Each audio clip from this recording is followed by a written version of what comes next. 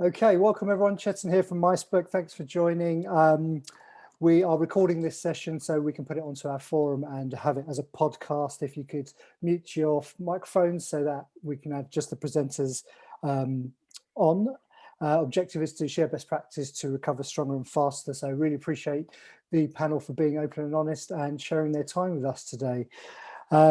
Few quick micebook messages. The awards is early deadline is the 31st of March, which I believe is next week, and the clocks go back. I'll go forward, whichever. So more daylight next week. It's all good. We've also launched just yesterday the jobs board. So if you are in the fortunate position of recruiting, whether it's for mat cover or permanent, etc., we've got a jobs board now on mustbeonit.com. So please do post any jobs you might have coming up, and fingers crossed you do.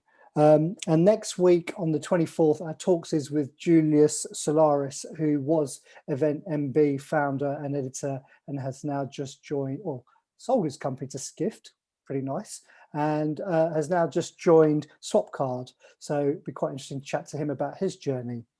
So let's get into this. Let's introduce the panel. We have Paul. Could you introduce yourself, where you're from, the company, and your role, just very top line in terms of this particular event? Sure. Thanks for having me over. Hello, everyone. My name is Paul Keuls. I'm representing Apollo and Leonardo hotels and based in the Netherlands, representing 16 hotels out of the 210 of our entire group. And in the UK and Ireland, you might know us from the Leonardo hotels, Nix hotels, and also the Zurich Inn hotels.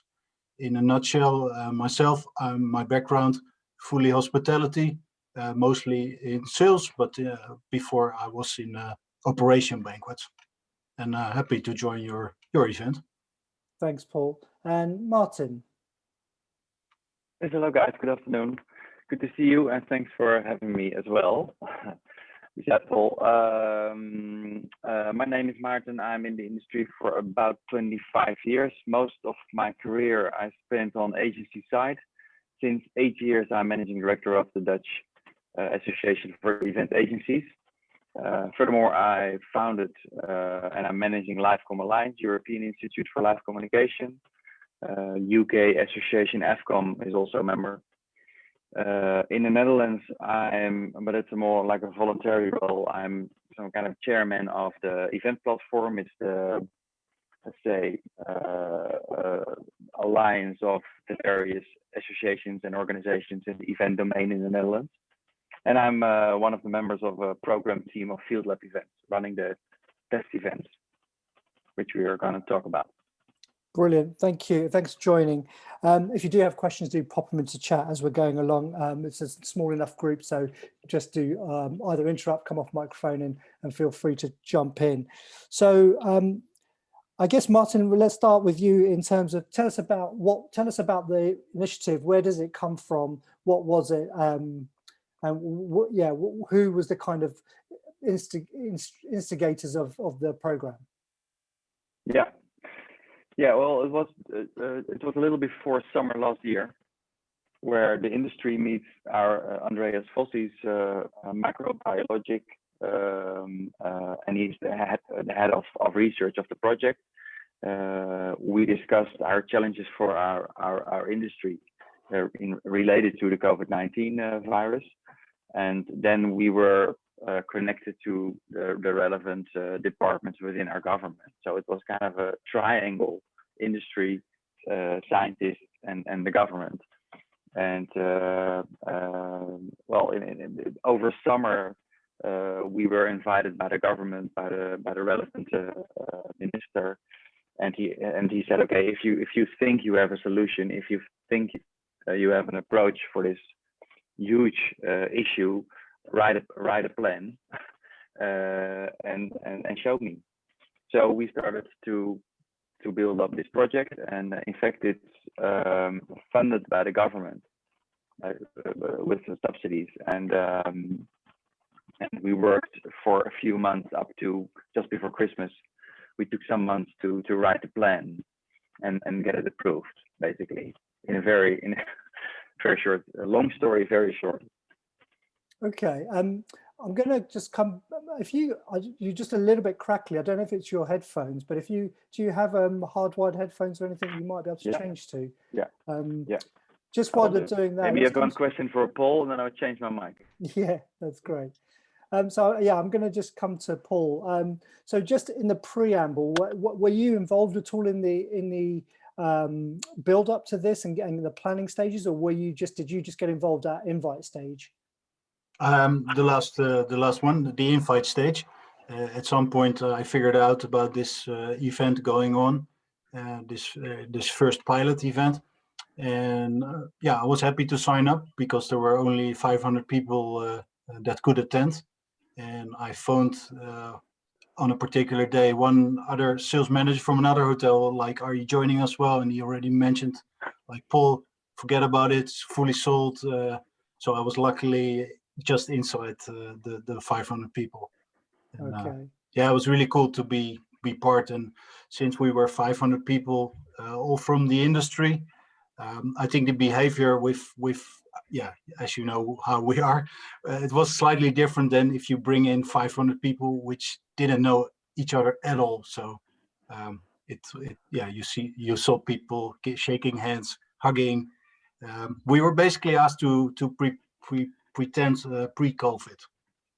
Yes, as much as possible. Well, we'll get into the actual event in a second. So Maarten, do we have you back? Sure. Let's have a test. Hopefully, yes. Hopefully this is better. That's a little bit, yeah, that's better. Thank you. So I'm really interested, actually, what's quite interesting is the government listened and actually funded this program. So do you know, I mean, for us, I'm not sure it's as good as you might have it there, but I'm just trying to understand which department is it? Is it a business department? Was it tourism department? How does the events industry fall into your country? Where do they see it? Well, that's a good question. We have four departments in place, to be honest. So it's security and health, but it's also cultural and economic affairs as well. So I think it's honestly it's from four angles, and I think we succeeded because we, as an event industry in the Netherlands, we directly started with an open dialogue, and it was always positive and constructive. Looking back, I'm convinced this was crucial for getting an approval at the end for this.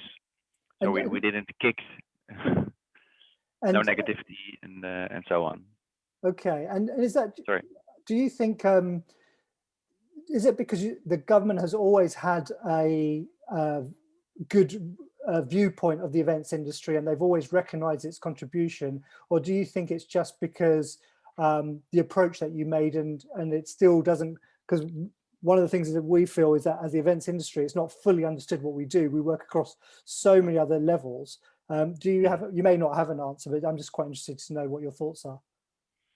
Yeah, I'm not sure what Paul's thinking, but I think I'm not convinced they were fully aware of what we are doing in our industry before the crisis. So the good news of the bad news is that we succeeded in on that part. Thanks to this crisis, we have the event industry. We got them in the spotlights in the Netherlands. So and we following the tone of voice and the way we approached the government, we were able to really sit with the ministers and eventually also with the prime minister, person to person, face to face, and explain what this industry is about. And it's not only about people losing jobs. It's not only about entrepreneurs and companies losing business, but it's also about the crucial role the Live Encounter has in rebuilding communities and starting up the economy after this crisis. And they listened, and eventually they understood. Also convinced by figures, obviously, and I think maybe a little charmed by the approach. Mm-hmm. And eventually we also came up with a proper plan. Supported by scientists and real known research institutes like TNO in the Netherlands, like TU Delft, TU Eindhoven, universities who obviously gave us a lot of credibility and authority as well.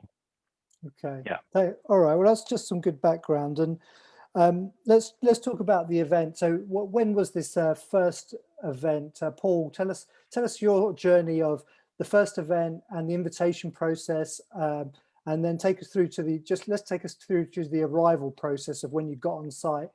Just tell us the story of what happened. Right. Well, first, of course, I signed up. I was lucky to be part of the group. And then we had 2 days in advance, we had to do our test. We had to do our PCR test. So there were 5 cities in the Netherlands where people could do their tests. So I went, of course, to the one close by my house.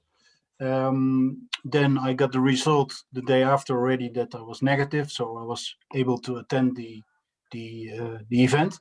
So I went to the event location. There I had to showcase that I was negative.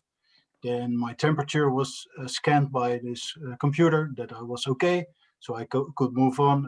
I had to disinfect the hands, etc. All the policies which are now in place.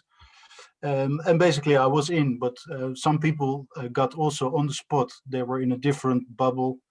They got this a quick test as well, so an additional test next to the PCR test. Basically my group I was in a bubble. We had 3 different kind of bubbles. I was in the blue bubble, and we were, as I said, we had to pretend as much pre-COVID. So basically we could go around without the mask, the face mask.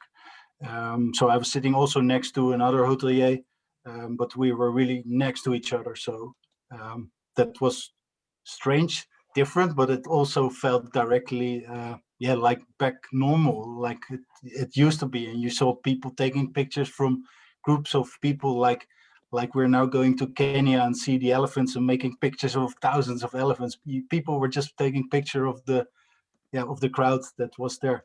And then we had the entire event, which had keynote speakers. There was some music, some entertainment, and we had some pauses as well, and some drinks afterwards. And then the Saturday after the event, we had to do our second PCR test. Okay, so just pause there for a second. So let's go back a bit.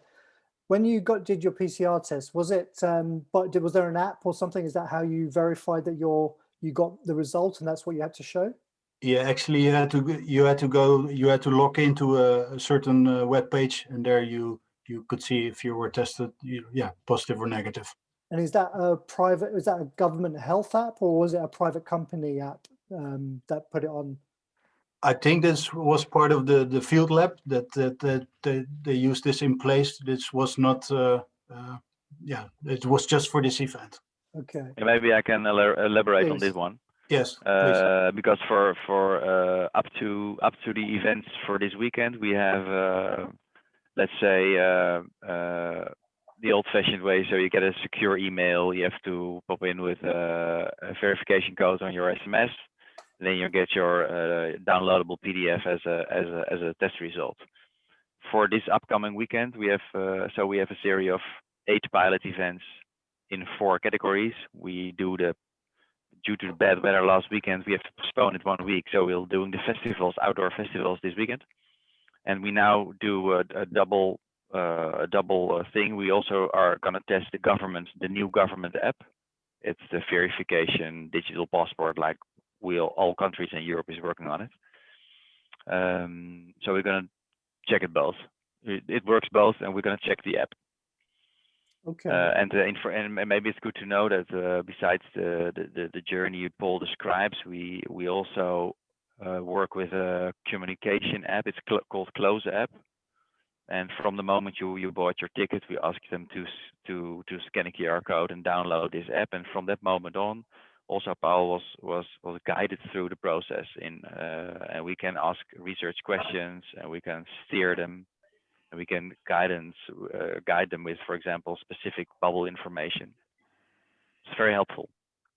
Okay, so there's an app just for the event as well as for the test results. So yeah, that's the bad news, because we have you have several apps to download and several apps to work with. But again, it's a test environment, so people are willing to do so. It's not the future though, not the blueprint for the future. There's a question: how quickly was the PCR results given out? So how long what's the wait time from when you did it to when you got the results? That was within 48 hours, but they were faster than that. Basically, I was tested on the Saturday, and on the Sunday I already knew the results. So I knew on Monday I could go to the event. And I forgot one thing to mention, that we also were wearing these tags during the event. So basically they could track and trace us, like you've been speaking to Paul, 15 minutes, you were close to Juicy for 10 minutes, and basically they tried to figure out if this was maybe causing the positive person, or basically we're fully traced. And was that again a medical? Was that a medical? Was it a private company providing that? Was it a wristband? Did you say? Yeah, well, we were wearing those tags around our neck. Yeah. Around your neck. Okay. Yeah. So literally, it had that close proximity. You could tell who you'd been in contact with. Correct. Yeah, but good to know that this was anonymous. We were not able to, due to privacy, GDPR stuff. We're not able to at this moment, but from next pilots on, we are able to track and trace, because obviously it could be very helpful for the health institutions. Because if you're in a bubble for, let's say, 250 people, and Paul was the person who was infected, then we have to send them all home, 250 people, theoretically. But if you have the tech information, you could just pick out the whatever 6, 7, 8, 10 people who Paul encountered during the event. So you can narrow it down. Can I ask something? Please go ahead, Dina. So when you got tested before you went to the event, and you got the results within 48 hours, were you told that you had to isolate between that time and them you going? No, so you could have caught it, for example, on your way to the event. Exactly, this is fully true. Yeah, and so it was a risk. Yeah. What we see now is that the 84 hours before start of event was the previous time frame defined by the government. Now there's a discussion going on if it should be 24 hours before start of event or 84 hours end of event. So they're working on it, and they're squeezing it. But if you're squeezing the time frame, PCR testing is not longer possible, for example. So we are now for the next event, we are now into speed testing, because those are obviously faster. And then so you didn't do any speed testing on this event, though? No, we only used it, as Paul described. We only used it as a productional test if it's working as a fallback scenario on the spot during the event. So for example, VIP or for a major or some people for the government who was last minute squeezed into the program, and then they had not the time to do the PCR testing. They were able to do the speed test on the spot. Yeah. So didn't you say that one of the bubbles was also you had to do a mandatory lateral flow test? Yeah, correct. It was the green bubble, as Paul described. And what we do is, with all the test events, we had 1 out of 10 people is randomly speed tested as well. And the lucky ones. Not a test. Interestingly, out of that bubble, did anyone catch it between the PCR and the lateral flow? Do we know? No. Nobody did. No. Okay. Now up to now, so we did 6 events, a few hundreds of speed tests. We have no positive results on the spot on the venue. We have obviously about 1.6% positive indexes before the event. So and that's the good news. In fact, we now up to now have 41 people who we got out of the society, if you would say, who are asymptomatic, so they didn't know they were sick, but they were positive, so they were obviously not allowed to come to the event, and obviously they're all also isolated from society in general life, because they have COVID. Yeah. Okay, so let's let's just keep it up to the point of arrival. Has anyone else got any other questions about invitation, testing, app, instructions, anything like that? Anyone else want to come off mute and ask any questions? Sorry, always me, isn't it, Chetan? Please, I love it.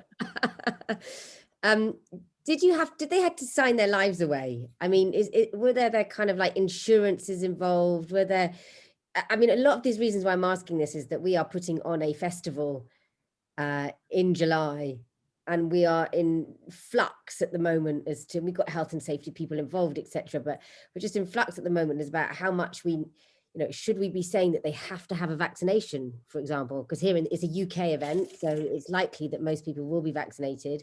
Should they have a passport to be able to attend? If they do catch COVID while at the event on our premises, does that make us responsible? There's all of those kind of questions. So did they have to sign something before they went to say, we are taking responsibility for ourselves when at this event? Well, I think we had to sign a lot, a lot of small letters, but I didn't read them carefully, but I don't think you will be responsible. I don't think they can, you are responsible. No, I don't think so, but. No. What It's do you good think, that Paul Maarten? recalls that he signed a few things. Honestly, we agree. We think people don't read. Normally, if you book something funny or something fun or something you want to do or have, you easily skip conditions and tick at the box and go on. But nevertheless, for this test event, it was quite a list, obviously, and you have to approve in ticking boxes, I think at least twice, and we are indeed on the position that we are not responsible as organization. We do our utmost best to create an environment as safe as possible. And for the rest, it's up to the attendees or people attending events. And as you mentioned, Dina, we are now looking back at the test results after the event, like Paul describes. All attendees are tested or asked to do another test on day 5 after the event. It's up to between 75 and 85% of the people who are doing this. And obviously we see some positive cases after the event. And we try to narrow them down is, okay, where do they come from, and were they infectious during the event? Hopefully not. Or were they infected during the event? Also hopefully not. And what we see now is that there are still a lot of people, well, in numbers a few, but from my perspective a lot, who do the pre-test on 84 hours before the event and going to private parties with friends and drinking between the pre-test and the event. We think it's crazy, it's not responsible, you should not do it. But nevertheless, you see people do so. And the same is after the event. And people are going to supermarkets and going to, work or school or whatever. So you're in normal life, you have a lot of encounters. Still, you have a lot of encounters. Also, it's limited now. And there are some measures. But I understand the questions. And vaccination is still not, I think it's not recognized yet as the only solution. And that's the same. I got frequently the question, okay, do you think as a field lab with the test results and the set of measures, because our goal is to create a set of measures in order to open up with higher capacity, aiming for full capacity. Is this the only way? Because there are testing, we getting to a test society, and there is a vaccine. And what we see now is it's all three comes together now. Yes, we have vaccination probably within 60 or 70% somewhere around summer, depending on where you are and when you live. But they are not convinced that it's only a vaccination is our gateway to open up everything and everything is safe. So it will be probably it will be a combination. Yeah, combination of measures. Yeah. So let's talk about the bubbles that when you arrived, you were put into a bubble. Paul, you mentioned that your bubble was almost to act normally. Was that prescribed to act normally so they could see how, you know, they could basically treat you like field mice and see what happens? Is that right? Or was that just how you were? No. This was basically, in some parts of the meeting room, people had to wear the mask. In the part that I was sitting, we didn't have to wear the mask. So we had to pretend as much pre-COVID. I saw the question going on, like how many were we in the bubble? So if I'm right, Maarten, correct me if I'm wrong. We were 3 colors, so around 150 per bubble. And we were not able to mix, and this is also important to know. So I was not able to see people from I was in the blue bubble. I was not able to see people from the yellow bubble. So we all had our own F&B stations.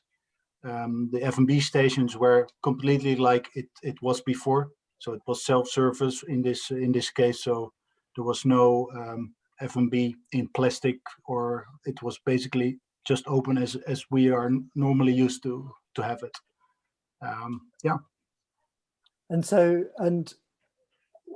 That's quite interesting, isn't it? Just having a normal F&B station. So what are the results? Oh, actually, let's not go to the results yet. So when was this first pilot? Was it about how many weeks ago?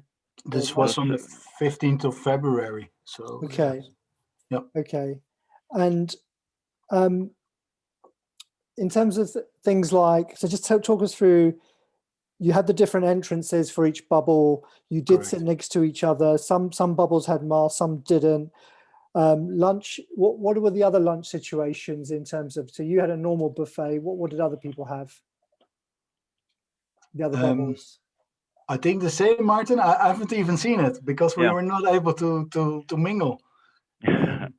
Yeah, well, it's good to know that that we're every test event is looked into from 2 sides. One is the safe environment, and bubbles could help, and the other one is the research part. So what Paul addresses is that it's crucial that the persons in the various bubbles are not mixing due to the fact they are tagged, and we don't want to mess up the results of the data. So therefore, that was very crucial. So they have their own entrance, their own sanitary facilities, and also could be F&B facilities. For example, the theater show we did the week after, we tried to F&B concept. So one of the half of the audience was able to go to the bar for a drink during the break, and the other half had a box on the chair. And during the football matches, we did the regular bars at the football stadium, but there was also catering on the spot, so delivered to the people at the seatings, let's say. So we are also exploring, okay, what is influencing the juror and number of contacts connected to catering concepts. Could it help to do another catering in another way? Could it be more safe, or is it less safe? And that's what interests us now, obviously, the most is looking into the data. We started this week with analyzing the data, and we are aiming for a sneak preview on Saturday to our minister. So if you could share, I don't know if you're able to share anything, but what do you think was the most risky route to this event for a person, and what do you think is the safest kind of makeup for a person to attend this event? Well, honestly, as an event professional, I would say we are all pre-tested, we're all negative, so go for it. And that's obviously the road that we would like to walk, because why should we limit it? But in the heads of health institutions and people who are advising the government in the road we have to go into reopening, it's very delicate, and we have to take it step by step and very small steps. So I think my perception is, and what we see now is that obviously the time slots on arrival, the various bubbles, their own entrances, and so on helps, because the groups are smaller. It's for, if someone is infected, it's easier to track them down. So that kind of stuff helps. But at the other hand, bubbles is also, and it's a difficult discussion now. It's also kind of a tricky topic because, for example, Dina mentioned the festival. We do 2 festivals this weekend with 1,500 people. It's not possible to create bubbles because a festival is a festival. You let them in and they go all over the place. We cannot put them behind fences or whatever. So we have no bubbles this weekend. So that's kind of exciting to see what's happening with the statistics.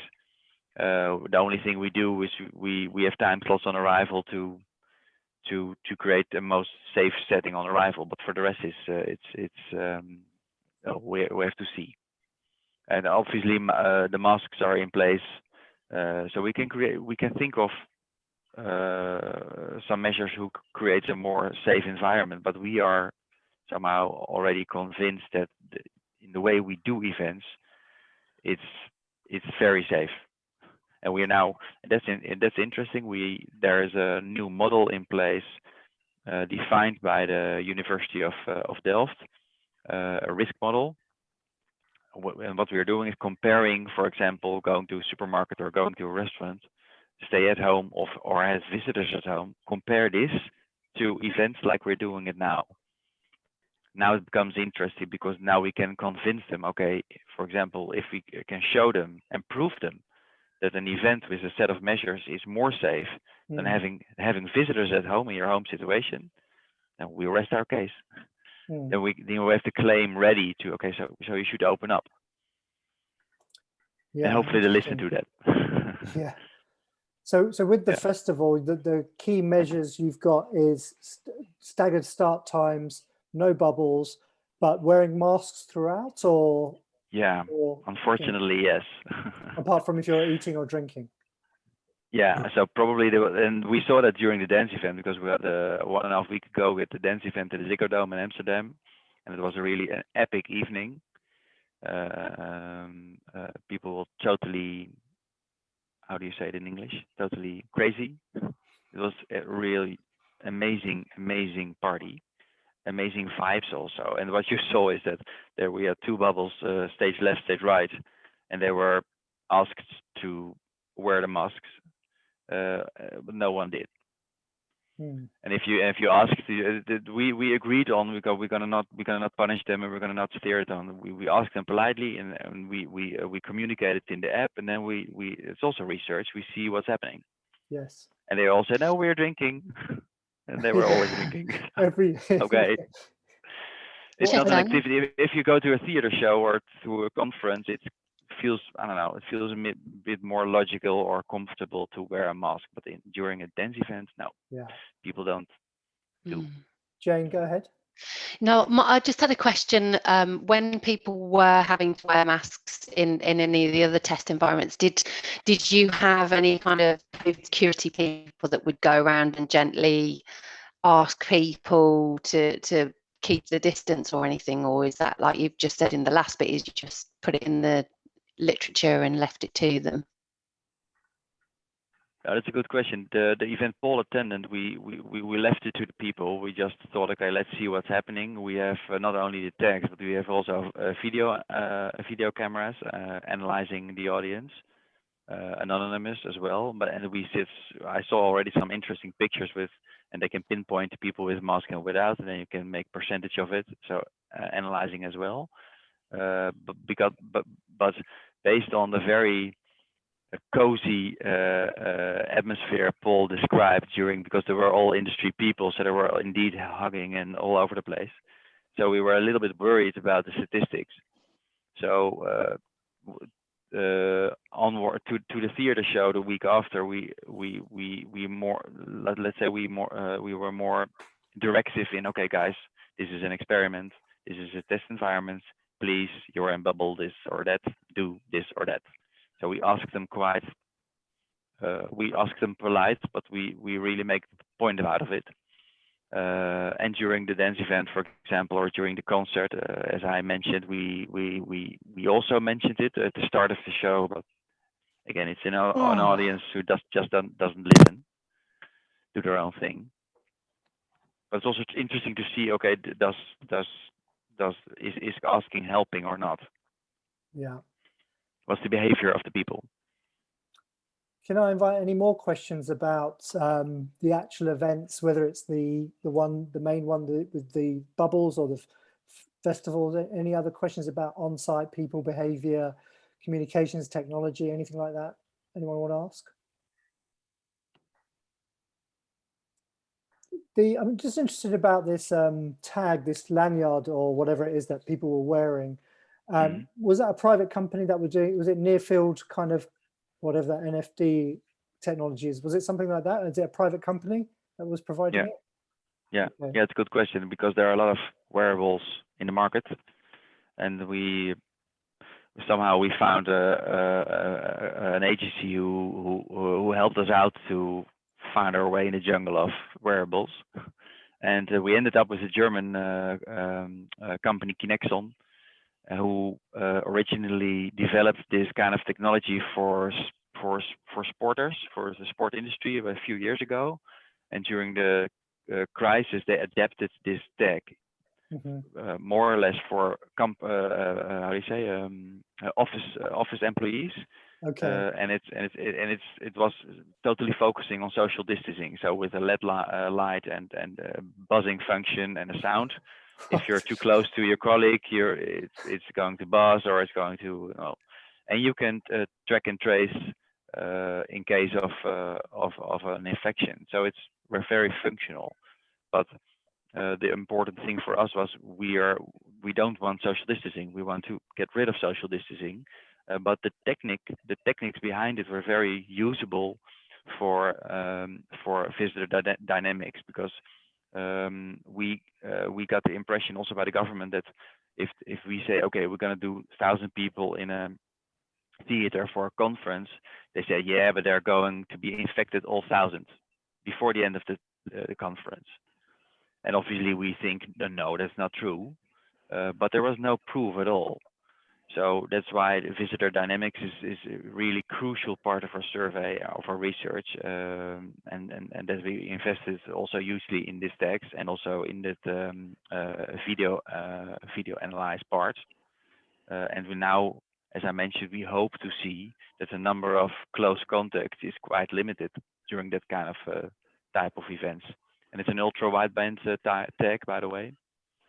If you're able to put, if you don't know the name now, if you're able to pop that in the chat or email me after, it would be great to post it in case it's a solution, maybe for the festival Dina's got coming up. Paul, what about psychologically? How did you feel after so long being in? Obviously, you're in the events industry, so that our makeup is slightly different. But thinking about psychology and getting people back, even if you're invited to a festival, are you going to feel nervous? How did you feel? Well, nervous, yes, a little. Curious, like how it was going.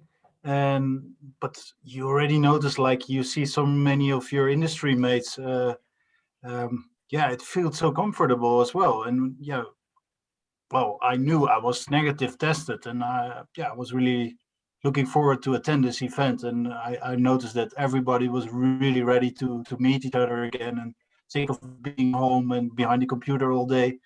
So I felt really, really, easygoing. But as I mentioned, I saw some people really hugging, kissing, etc. This was for me a little bit too much too much to do this. Since I haven't shaken the hand of my father for even a year, I felt like, okay, I'm okay with the elbow bounce. That's fine with me. But I saw people shaking hands, etc. Everything. But it felt good. It really felt good, and I'm happy to be part of it and to have this experience. Definitely. Interesting. I've got another question, sorry. Please, go ahead. Or two, actually. They just keep coming. I guess from what Paul just said, it'd be interesting to see did you notice anybody on site that was really kind of like, stay out of my area, hold on a minute, back off, if anybody was really nervous? And then to Maarten, did you have to do any additional venue research? So things like, we hear a lot about the air filtration and things like that. So did you tick off any of those boxes? Regarding No, I didn't see any people staying away from me. I didn't see this happening. I think when people see the first handshakes and huggings, people felt directly like, oh, we can do it again, and we are in a comfortable area. So uh, as I mentioned also before, like if you bring in 500 people who don't know each other at all, I'm pretty sure you will see this behavior. Since we are all from the industry, it feels like, yeah, this warm bath you're in. So I think it depends on the the occasion. Yeah. Honestly, we did not encourage the hugging part, honestly, but nevertheless they did, and what we saw also during the other events was there were quite a lot of people who were just, there's a lot of respect in general for people. The one does the hug, the other one does the hand, the other one that don't really want their space. It's all good, and people are quite, well, we are used to it. So it worked quite good, and I think the conference Paul attended was the first one, so that was also kind of a unique moment, and due to the fact it was the first one, it was also indeed it was all professionals among each other, and we are quite known for being, well, quite cozy and familiar during events. So that was proven again. And Jane, to your question to me, yes, obviously we, as Fieldlab Events, we defined 8 building blocks from research perspective, and obviously air quality, for example, is one of it. So when we choose the venues, we knew that the theater was it was recently tested and state-of-the-art stuff on air circulation and so on. But we also, as we asked the University of Delft to define the risk model, we asked an engineering agency or company, how do you call it, specialized in this area, to define a model for air quality and the factors who can influence it during events. So it's finalized just before the first event, and now every event is measured. So the whole area, the whole venue is filled up with all sensors, because we will also want to see what is happening if 1,000 people are cheering or clapping or attending a conference or a theater show or a dance event. What's happening with the air quality, and how are the levels increasing on CO2 or whatever. So it's an interesting, and it's a crucial factor in the risk model again, because everything is imported in that model. So what's the influence of wearing a mask? What's the influence of testing? What's the influence of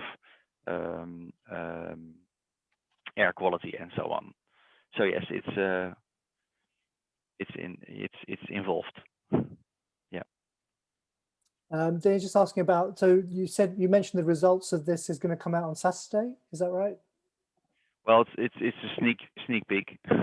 We have no real results, no final results ready. What I mentioned, we divided, because the event industry is a wide industry, and we defined 4 categories. So one is indoor passive, like a conference or a theater show. 2 is indoor active, like a concert or a dance event. 3 is outdoor active, like football matches or sport matches, and 4 is festivals. 3 out of 4 we did now, and obviously we do so 2 events per type, per category, and every time we finish the type, we start analyzing the data of that type of event, and obviously we want to combine all categories in order to see if we can make some cross findings and connect the data to each other.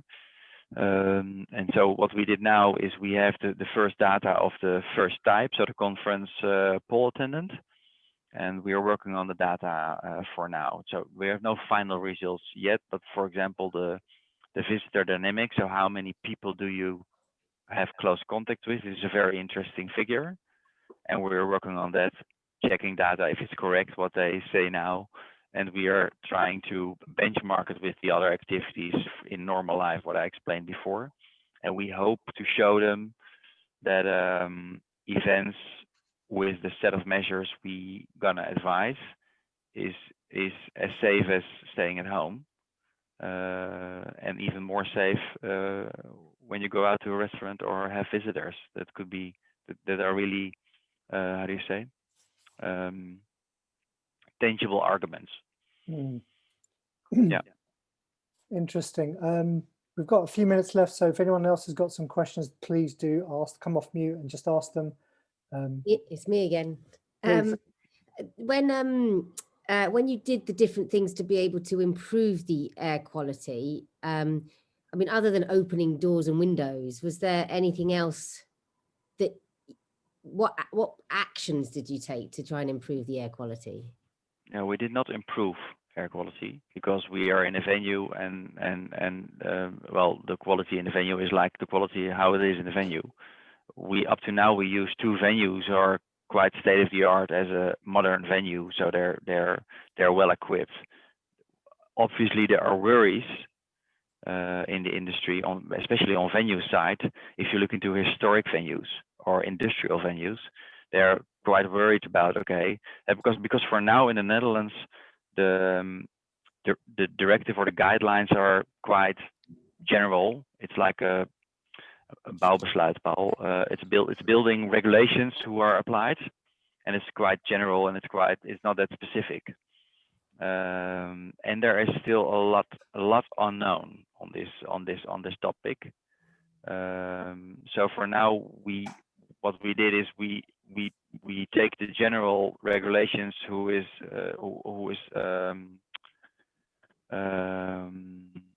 general regulations applying now by the government and the health institutions, and we see and we measure what audience and what type of events and what number of audience is doing with the numbers.